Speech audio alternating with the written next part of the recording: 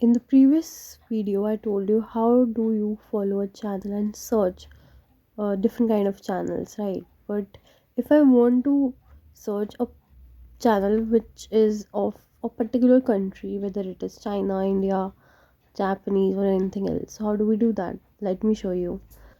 Now, firstly, go to the update section of WhatsApp and you see, when you slide, you see which channel you have followed and what are the options that you can follow, right? So you click on explore more, and on top right corner there's option of three lines. You click there and you will see many country names, and you can select any and find the channel of that particular country.